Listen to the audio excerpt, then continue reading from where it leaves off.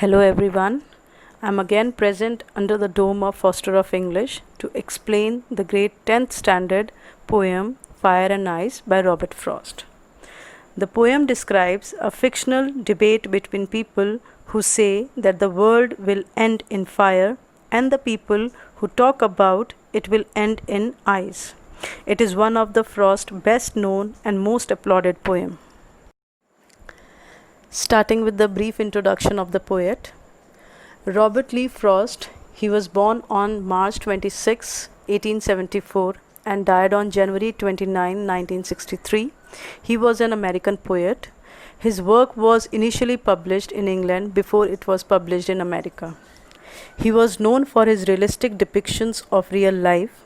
He wrote about rural life in New England in early 20th century, using theme to examine complex social and philosophical themes. He was awarded many honorary degrees over 40 universities. During his lifetime, he received more than 40 awards. He is considered a literary treasure for his consistent style and the depth of his poetic work. A brief introduction about the poem.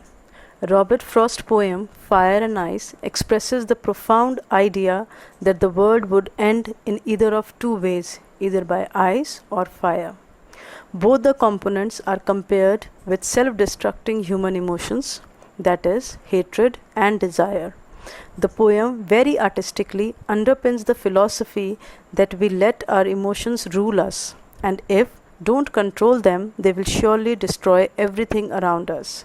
Similarly, he thinks fire and ice both are just as competent in bringing the world to a catastrophic end.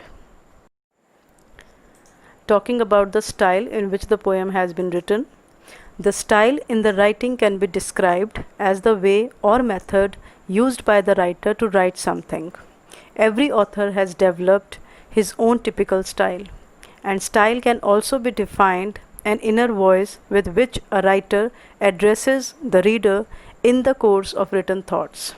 Basically, style consists of 4 types and it differs from author to author. The treatment or the language is very simple. Talking about the meaning of fire and ice. For the poet, fire means the burning desire for the material things, and ice means coldness that emerges in humans because of the desires and materialistic life. He finally concludes that both of these weapons are equally dangerous and will lead the world towards destruction. This short poem comprises of 9 lines and has rhyming scheme ABA, ABC, BCB. There are 3 sentences. In the first sentence, the poet explains the popular debate that is prevailing in the society since long about what will destroy the world. In the second sentence, he symbolic changes the discourse. Now fire and ice means something deeper and profound. In the final line, which is the longest, he gives his own thoughts. Discussing about the summary of the poem, Fire and Ice is a short poem by Robert Frost.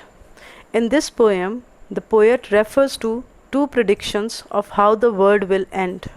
Some say it will end in fire, whereas others say it will end in ice. According to the poet, fire stands for the desire, greed, or lust. The more you try to satisfy them, the more they grow. There is no end to it.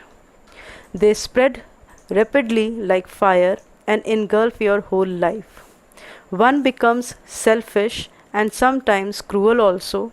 On the other hand, ice, according to the poet, stands for hatred, coldness, and insensitivity. One becomes insensitive and indifferent towards the feelings of others. The poet says that both fire and ice are growing with such a rapid speed that the world will soon perish either ways, in fire or in ice. Starting with the explanation of the poem, stanza 1. Some say the world will end in fire, some say in ice. From what I have tasted of desire, I hold with those who favor fire. The explanation goes like this. This existing world will come to an end one day. People are divided on this issue. Some believe that this world will end in fire. Fire of passions and desire will lead to the end of the world. Some people think that this world will end in ice. Cold reasoning and hatred will lead this world to destruction. However, the poet has experienced passions of love and desire. He supports those who believe that fire of passions and desire will lead to the destruction of this existing world. Stanza 2. But if it had to perish twice, I think I know enough of hate to know that for destruction ice is also great and would suffice. The explanation goes like this. Fire can bring the destruction of the existing world. But if this existing world has to be destroyed not once but twice, then ice is strong enough to do this job. The poet has seen and experienced enough of hatred in this world. Cold reasoning in human feeling only produce hate, and this cold reasoning is like ice. Ice itself is sufficient enough to cause the destruction in this world. Talking about the central idea of the poem revolves around the theme that human emotions are destructive when allowed to run amok, that is, out of control. They can destroy a person morally, physically, or even mentally. The poet talks about all the destructive bearings of ill feelings like love, lust, intolerance, greed, hatred, etc. Here in this poem, the poet signifies love, passion, etc. as fire, and hatred, greed, etc. as ice. Also, world represents a relationship of humankind. Discussing about the poetic devices used in the poem. First is rhyming scheme, that is ABA, ABC, BCB. The next is assonance. It is the repetition of vowel sounds in the same line.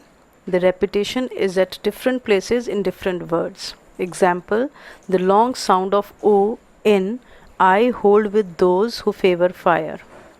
The next is alliteration. Alliteration is the repetition of a consonant sound at the start of two or more closely placed words. Example, the sound of F in favor fire and sound of W in world will. The next poetic device used is imagery. Imagery is used to make readers perceive things involving their five senses. Example, some say the world will end in fire. To say that for destruction ice is also great. Anaphora, it is the repetition of a word or expression at the start of two or more consecutive lines. Example, some say is repeated at the start of line 1 and 2. The next is personification. Personification is to give human qualities to inanimate objects. In this poem, fire and ice are capable of destruction. Thus, the poet personifies fire and ice by giving them mind and power to destroy anything. Talking about the value points of the poem, the poet feels that this world of ours will come to an end. He is not very clear when the end will come. He comes to this conclusion on the basis of what people say on this subject. He seems to show his agreement at what people say regarding the ending of the world.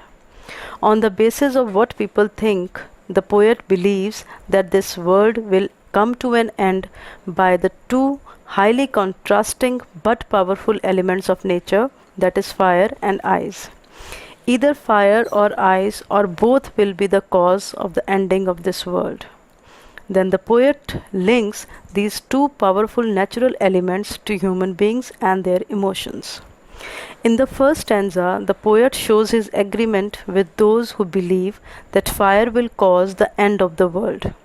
He links the element of fire to the human emotions of desire or passions. The uncontrolled fire of passion and desire may lead us to the end of this world. Then the poet comes to the second alternative that can cause the end of this world. It is the eyes which can also cause the end of the world. In terms of human emotions, eyes means hate created by the cold reasoning. Cool and calculative icing reasoning can lead to hate and can be the cause of the end of this world. The poet himself has experienced both these primal emotions of love as well as hate, fire as well as ice, passions as well as cold reason. He has experienced enough of hate which is born out of icing cold reasoning. In the end, Frost agrees that it doesn't matter whether it is fire or ice, both can cause the end of the world. Ice or hate born out of cold reasoning is quite sufficient for causing the end of the world.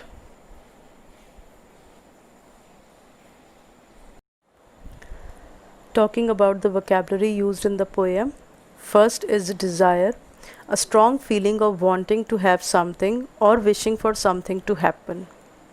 Next is favor, that is approval or support. Perish is to die. Suffice, be sufficient. I hope you were able to understand the poem and the content given.